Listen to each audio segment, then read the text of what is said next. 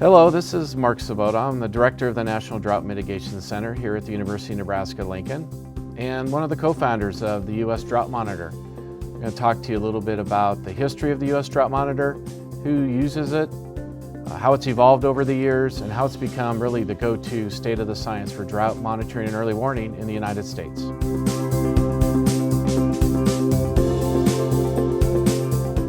Well, the whole idea and the initial motivation behind making the U.S. Drought Monitor was to really make people more aware of drought as a hazard.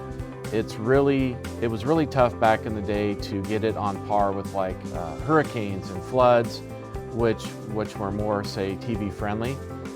So the idea was to get drought in front of people, heighten awareness, get a simple map that could communicate out the message of where is drought, how bad is the drought.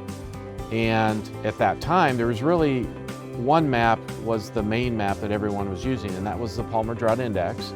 It had been around since the 1950s, and we had a lot more information starting to come online with GIS and better computing and processing speeds. We were able to bring in several products, and so the idea was, can we make a composite or hybrid map that combines the best elements of various drought indicators into one map? And that's what we ended up calling the U.S. Drought Monitor.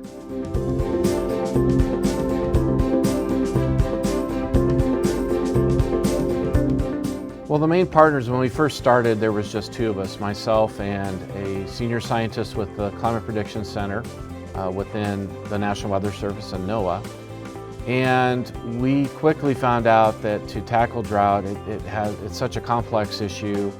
What we wanted to do was collaborate with folks that really know drought, and that was the U.S. Department of Agriculture and NOAA, specifically the Climate Prediction Center.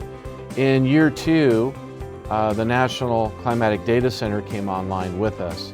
And so we distributed the load and shared the attribution. As you can see on these early maps and how this map evolved over time, one thing that stayed constant was in the bottom right part of these maps, we were putting up the logo of all the partners and sharing the credit and the attribution. I think that was really important as we moved through time.